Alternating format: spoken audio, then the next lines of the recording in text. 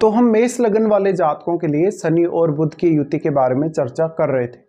इस वीडियो में देखेंगे अगर आपका मेष लगन हो और शनि और बुध आपके दूसरे भाव में वृषभ राशि में यदि स्थित हों तो ये युति आपके जीवन पर क्या क्या प्रभाव डाल सकती है और किस प्रकार के रिजल्ट आपको इस युति से देखने को मिल सकते हैं। यहाँ शनि और बुध अगर वृषभ राशि में हैं तो आपको शुक्र को जरूर देखना पड़ेगा और वैसे ये दोनों ही अपने मित्र के घर में हैं। अगर यहाँ पे शनि वक्री हो जाते हैं तो ज़्यादा अच्छा रहेगा, अगर बुध यहाँ वक्री हो तो आपको थोड़ी दिक्कत होगी। देखिए शनि का यहाँ आना और शनि अगर काफ़ी पावरफुल है यहाँ पर तो थोड़ी आपको दिक्कत भी पैदा करेंगे। तो शनि अगर यहाँ वक्री हो या वो बलाबल के साथ नहीं बैठे हों तो ज़्यादा अच्छा है। फिर बुध को देखें तो बुध अगर यहाँ पे वक्री हो जाते हैं तो वो आपको किसी भी काम को करने के लिए बहुत सारे विकल्प तो प्रदान कर देंगे, लेकिन आप थोड़ा कन्फ्यूजन में रहेंगे। अगर शनि ज़्यादा पावरफुल है या ज़्यादा प्रबल है यहाँ पर तो कहीं ना कहीं वो बुध से रिलेटेड जो क्वालिटीज़ हैं या बुध से रिलेटेड जो भी आप काम करना चाहेंगे उनके ऊपर थोड़ा सा लिमिटेशन लगा सकते हैं या उन कामों को डिले कर सकते हैं। तो यहाँ शनि जितना कमज़ोर हो उतना अच्छा, लेकिन बुध का यहाँ पावरफुल होना काफ़ी ज़रूरी है। बुध वक्री नहीं होने चाहिए और बुध का हो सकता है कि यहाँ जो सूर्य के साथ संबंध है वो भी हो, सूर्य से वो अस्त हो रहे हों। अगर सूर्य से बुध अस्त हो रहे हैं तो ज़्यादा अच्छा रहेगा आपके लिए ये।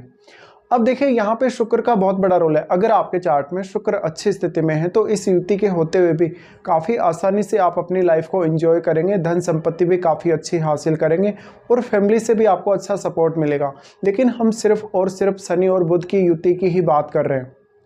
शनि और बुध की युति यहाँ है तो लगभग हर काम आप सोच समझ के करने वाले होंगे और शनि जब भी बुध के साथ आते हैं तो बुध से रिलेटेड जितने भी कार्य हैं उनमें आपको ज़्यादा से ज़्यादा डिसिप्लिन देते हैं।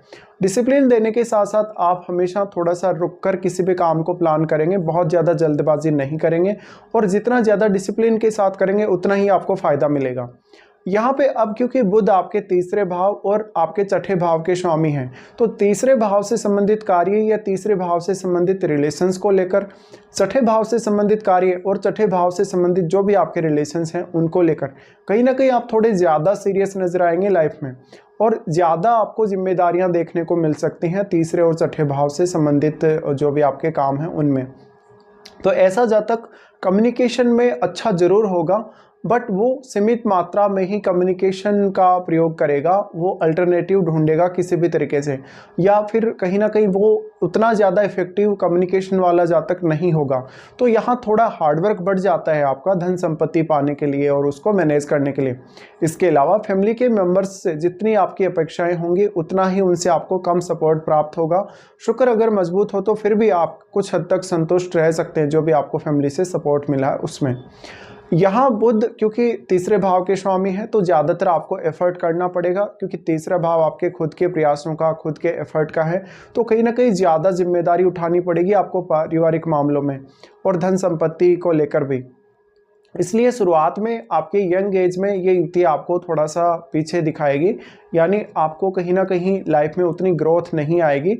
लेकिन जब आप मैच्योर होंगे एक एज के बाद, लगभग 30-35 की एज के बाद, उसके बाद आपकी लाइफ वास्तव में ग्रो करना शुरू करेगी। तो ये ज़्यादातर केस में यही देखा गया है कि 35 या 36 की एज के बाद या 30 की एज के बाद ही ज़्यादातर धन और संपत्ति आप हासिल करेंगे या जो बड़ी जिम्मेदारियां हैं आपके ऊपर उनको आप पूरा करते हुए दिखेंगे। यहाँ पे शनि अब आपके चार्ट में 10वें भाव के स्वामी और 11वें भाव के स्वामी हैं।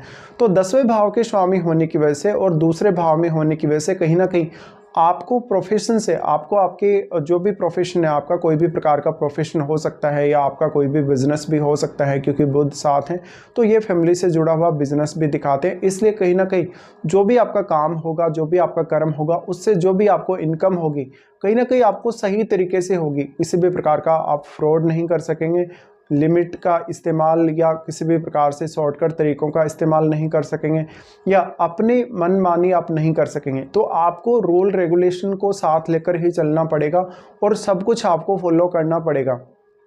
इसके अलावा कभी कभी आप अपनी पारिवारिक स्थिति को लेकर थोड़े ज़्यादा सीरियस नजर आएंगे।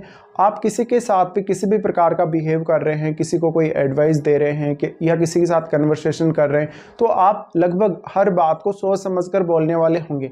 थोड़ा सा जो फास्ट डिसीजन लेने की क्षमता है आपकी उसको ये कंजक्शन सीमित कर देता है। अगर यहाँ सूर्य का प्रभाव हो तो थोड़ा आपके लिए ये फेवर में रहेगा और थोड़े फास्ट डिसीजन आप ले पाएंगे। अब क्योंकि शनि 10वें भाव के स्वामी हैं, इसलिए आपको आपकी वाणी के माध्यम से अगर कोई भी ऐसा काम करना पड़ रहा है जिसमें आप अपनी वाणी का इस्तेमाल कर रहे हैं ज़्यादा से ज़्यादा, तो आपको विशेष रूप से सावधानी रखनी है और आप अपना वाणी के द्वारा कोई भी ऐसा वर्ड ना बोलें जिसकी वजह से कोई रूल या रेगुलेशन की वजह से आपको दिक्कत आए, या आप कोई ना कोई रूल तोड़ रहे हैं या किसी को आपने कुछ गलत बोल दिया हो, तो यहाँ वाणी पर सबसे ज़्यादा इफेक्ट पड़ेगा। फिर अगर आपका कोई भी ऐसा काम है जो ज़्यादातर आप वाणी के माध्यम से करते हैं, बोल के करते हैं, किसी को एडवाइस वगैरह देते हैं, तो उन मामलों में भी आपको थोड़ी सावधानी रखनी है। और यहाँ शनि आपको ज़्यादा से ज़्यादा ईमानदार बनाने का भी काम करेंगे। शनि आपके चार्ट में 11वें भाव के स्वामी, 11वें भाव के स्वामी होकर जब यहाँ आते हैं तो आप वास्तव में जो भी पैसा कमाएंगे, जो भी धन और संपत्ति अपने जीवन में हासिल करेंगे, या जितनी ज़्यादा आप अपने जीवन में फाइनेंशियल प्रोग्रेस करेंगे, उसकी अहमियत आप खुद समझने वाले होंगे निश्चित ही। तो ये युति आपको वैसे तो देखा जाए तो काफ़ी ज़्यादा डिसिप्लिन देगी और सपोर्ट भी काफ़ी ज़्यादा देगी, लेकिन ये उस तरीके का सपोर्ट नहीं है जैसा कि आजकल के जीवन में हर कोई जल्दी से जल्दी धनवान होना चाहता है या जल्दी से जल्दी पैसा कमाना चाहता है। ये युति की वजह से अक्सर आपको यंग एज में थोड़ी ज़्यादा कठिनाइयों का सामना करना पड़ेगा, लेकिन जैसे जैसे आप अपने जीवन में मैच्योर होते जाएंगे, बहुत ज़्यादा अपने काम के प्रति सक्षम होते जाएंगे, या जितने ज़्यादा ईमानदार बनेंगे उतना ही आपको फ़ायदा देगी। यहाँ पे देखिए बुध आपके चार्ट में छठे भाव के स्वामी, छठे भाव के स्वामी होने की वजह से इस बात की बहुत प्रबल संभावना है कि आप कोई भी लोन वगैरह लेंगे या जीवन में कोई भी बड़ी फाइनेंशियल रिस्क लेंगे तो काफ़ी सोच समझ कर लेंगे और काफ़ी ज़्यादा डिसिप्लिन के साथ आप काम करने वाले होंगे। अगर आप अपनी फैमिली का कोई भी बिजनेस संभालने जा रहे हैं तो भी आप अपनी फैमिली के बिजनेस पर ज़्यादा से ज़्यादा फोकस करेंगे और लगभग अपनी पूरी फैमिली को साथ लेकर चलने वाले होंगे। पर आपको ये कंजक्शन इतनी सारी अच्छी क्षमताएँ देता है कि आप धन कमाने में या धन को मैनेज करने में अकेले ही बहुत ज़्यादा सक्षम हो सकते हैं। अब यहाँ पे हम इनकी दृष्टियों के बारे में बात कर लेते हैं। सबसे पहले शनि की यहाँ से दृष्टि पड़ेगी 4th हाउस पर। 4th हाउस पर जब भी शनि की दृष्टि पड़ती है यहाँ थोड़ा आपका वो एफर्ट बढ़ा देते हैं। तीसरी दृष्टि उनकी पड़ रही है और यहाँ पर अगर कोई भी अन्य ग्रह ऐसा ग्रह हो जो शनि के साथ मित्रता रखता हो तो फिर शनि काफ़ी फेवर करेंगे आपको। वैसे भी वो अपने मित्र शुक्र के घर में है और बुध भी खुद उनके मित्र ही हैं, लेकिन कहीं ना कहीं थोड़ा सा जो सामान्य जीवन है वही आप जीने के लिए देखेंगे अगर आपके शुक्र कमज़ोर हैं चार्ट में। तो ऐसे में बहुत ज़्यादा धन लग्जरी की इच्छा, बहुत ज़्यादा भोग विलास की इच्छा, या जीवन में बहुत ज़्यादा तड़क भड़क, वो सब आपके नहीं रहने वाला।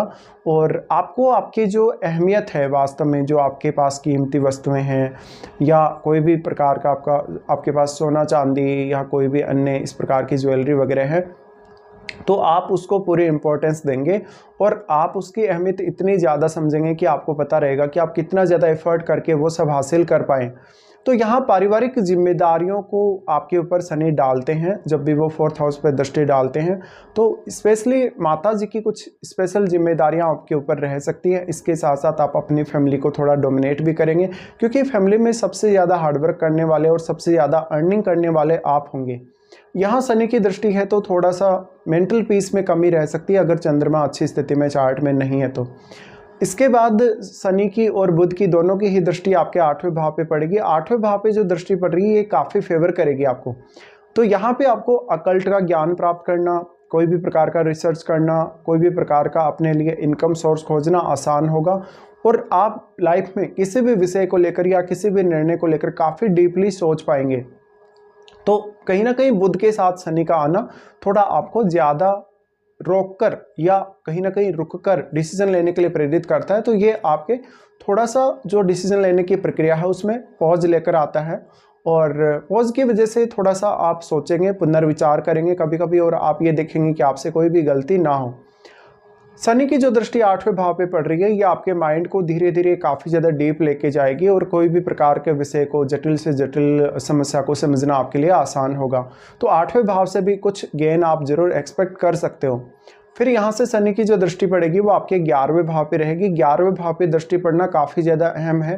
तो आप अपनी पूर्ण रूप से जो जिम्मेदारियां आपकी बनती हैं उनको पूरा अवश्य करेंगे और धन संपत्ति और नेम फेम भी अच्छा हासिल। लेकिन कहीं ना कहीं इन सब के लिए आपको थोड़ा ज़्यादा डिसिप्लिन रखने की और ज़्यादा मेहनत करने की आवश्यकता पड़ेगी। तो इस प्रकार के कुछ रिजल्ट आप लोगों के सामने आ सकते हैं जब भी शनि और बुध का युति आपके दूसरे भाव में मेष लगन में हो।